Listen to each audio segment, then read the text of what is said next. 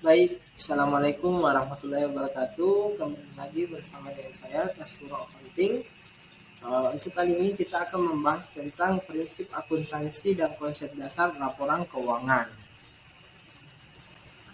Ini sebelum kita masuk apa saja prinsip tersebut, perlu kita pahami prinsip adalah pedoman, bisa juga acuan, bisa juga hal yang mendasar dalam menyusun akuntansi tersebut.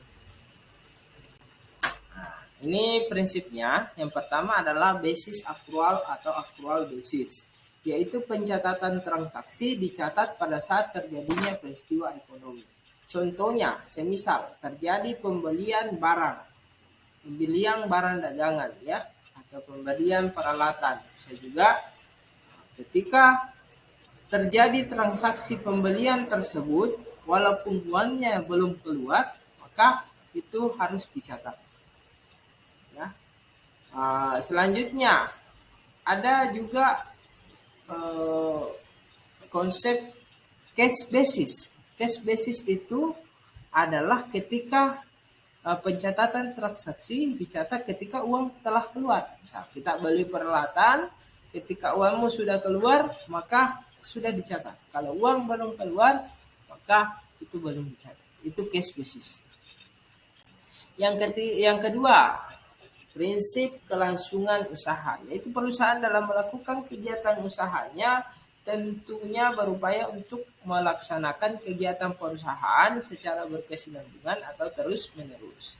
Jadi pada dasarnya perusahaan itu akan terus-menerus berkesinambungan dan berjalan terus. Kita kaitkan dengan akuntansi. Di akuntansi itu kita membuat laporan keuangan itu berkesinambungan terus-menerus per periode. Apakah per bulan, per semester, maupun per 1 tahun.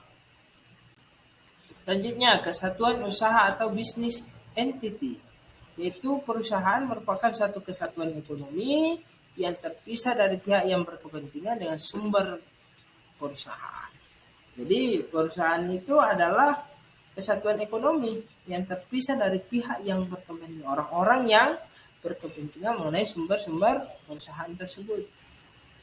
Yang keempat, harga perolehan atau historical cost, yaitu setiap transaksi pembelian suatu barang harus dicatat sebesar harga perolehan. Bagaimana sih harga perolehan tersebut?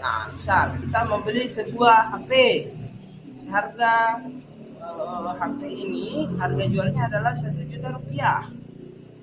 Ya, ketika kita terjadi tawar menawar dan sebagainya, ternyata harga HP itu yang kita sepakati adalah 800.000. Harga 1 juta rupiah adalah harga jual, sedangkan harga perolehan adalah harga 800.000 rupiah tersebut. Kemudian ini pengaitan biaya atau relevansi. Prinsip ini mengatur agar pembebanan biaya harus dilakukan pada periode yang sama dengan periode pengakuan pendapatan. Pendapatan diakui pada periode menurut prinsip pengakuan pendapatan dan dia akan dibebankan dengan suatu periode tersebut.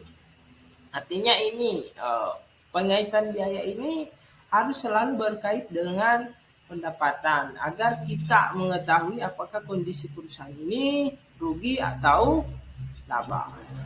Ini prinsip dasar akuntansi menurut prinsip dasar akuntansi APB atau Accounting Principle Board nomor 4, yaitu yang pertama, prinsip biaya historis. Sama halnya tadi ya, historical cost adalah biaya-biaya yang dikeluarkan untuk memperoleh suatu aset atau suatu barang. Itu historical cost. Historis itu ya cerita ya, cost itu biaya. Jadi sebelum apa-apa saja yang keluar untuk mendapatkan biaya, mendapatkan suatu barang, itu dikenal dengan historical cost. Yang kedua, prinsip pendapatan. Prinsip pendapatan di sini maksudnya adalah suatu aset, semisal ya kita mendapat sebuah gaji, otomatis masuk dalam aset ya, kas bertambah. Selain kas bertambah atau aset bertambah, maka pendapatan juga harus bertambah. Yang ketiga, prinsip matching atau pengaitan. Ini berkait dengan tadi, sama halnya ya, relevansi. Itu pada dasarnya setiap ada biaya itu harus dikaitkan dengan pendapatan untuk melihat apakah suatu kondisi perusahaan ini net income atau laba atau net loss. Dan juga nomor 4, prinsip objektivitas ya. Jadi dalam mencatat ini kita harus objektif, mencatat sesuai dengan apa yang ada di bukti transaksi. Jangan mencatat sesuatu yang tidak ada dalam bukti transaksi. Itu objektif, tidak subjektif ya. Lawan katanya dari objektif. Nomor 5, prinsip pengungkapan penuh. Apa artinya prinsip pengungkapan penuh? Yaitu mengungkapkan segala hal-hal yang ada dalam pencatatan akuntansi itu secara full ya, penuh, semua diungkap, tidak boleh ada yang disembunyikan ya. Itu maksud dari pengungkapan penuh. Bisa juga kita artikan bahwa kita membuat suatu laporan harus juga ada catatan-catatannya secara full. Nomor 6, prinsip konsistensi. Nah, konsisten itu tidak berubah-ubah. Artinya apa? Ketika tadi kita kaitkan dengan basis accrual basis atau cash basis ya. Ketika suatu perusahaan menggunakan cash basis, artinya ketika uang keluar langsung dicatat, maka kita harus menggunakan itu terus. Jangan berubah-ubah ke accrual basis. Tidak boleh accrual basis sekarang, cash basis besok. Cash basis sekarang, accrual besok. Tidak boleh. Harus konsisten. Ketika kita menggunakan cash basis, maka cash basis terus. Ketika kita menggunakan accrual basis, maka accrual basis terus. Konservatisme. Konservatisme ini adalah unsur kehati-hatian, teliti. Ya, kita dalam mencatat kita hati-hati, teliti, kemudian mencatat semua beban-beban yang ada, mencatat semua pendapatan-pendapatan yang ada secara full. Itu konservatisme. Kita hati-hati membuat laporan keuangan.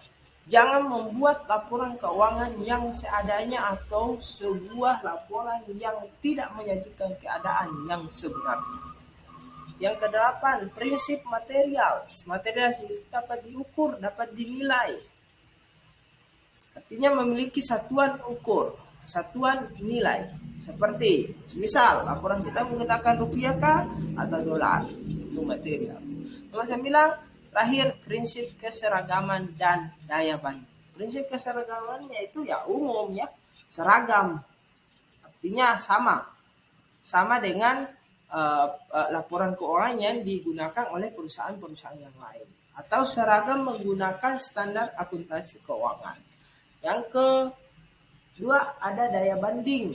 Apa maksudnya daya banding? Bisa dibandingkan dengan laporan keuangan tahun sebelumnya atau periode sebelumnya, ataupun bisa dibandingkan dengan laporan keuangan perusahaan yang sejenis dengan periode tahun yang sama.